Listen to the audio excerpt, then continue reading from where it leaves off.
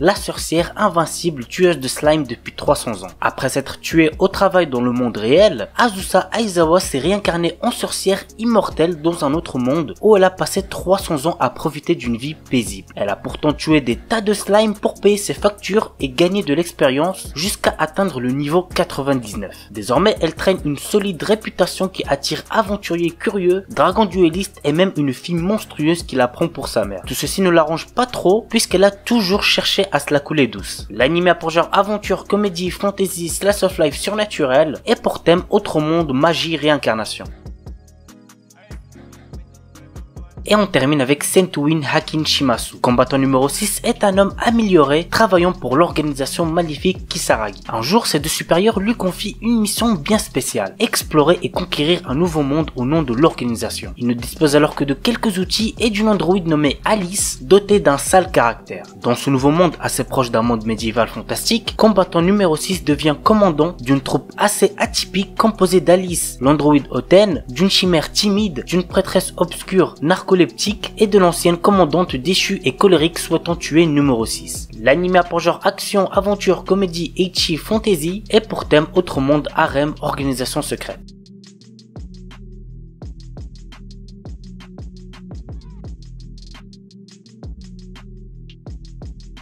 Vanitas Nokar, fin du 19e siècle. La terreur plane sur Paris suite aux attaques des vampires. Pourtant, la règle d'or de leur communauté est de ne pas s'en prendre aux humains, mais un mal mystérieux semble ronger ces créatures immortelles. Nous suivons les enquêtes du duo Noé, un vampire, et de Vanitas, un humain possédant le fameux grimoire capable de tuer les vampires, mais qui l'utilise pour les sauver. Ensemble, ils recherchent l'origine de la malédiction pour la briser et avant qu'il ne soit trop tard. L'anime a pour genre action, comédie, historique, mystère, romance surnaturel et pour thème steampunk vampire.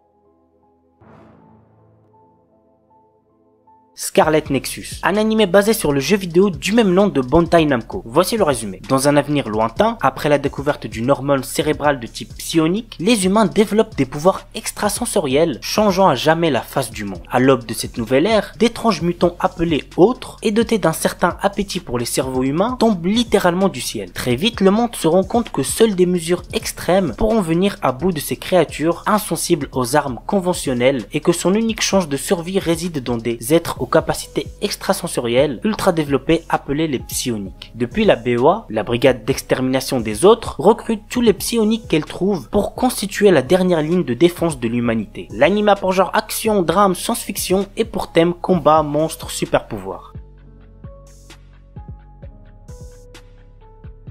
Isekai Mikyu di Haremu. L'histoire nous entraîne dans le quotidien de Michio Kaga, un jeune homme dépressif recherchant un moyen de se suicider sur internet. Ouais, le résumé commence pas super bien, je pense qu'on est d'accord. Cependant, au lieu de ça, il se retrouve sur un site bizarre, lui posant plusieurs questions et lui constituant une fiche personnage comme dans un jeu vidéo. Après avoir fini le questionnaire, une question lui est posée. Vous allez maintenant être transporté dans un monde avec les options et les capacités que vous avez choisies. Sans aucune hésitation, il accepte et se retrouve transporté dans un autre monde. L'anime a pour genre action, aventure, ecchi, fantasy, isekai, romance et pour thème autre monde, harem.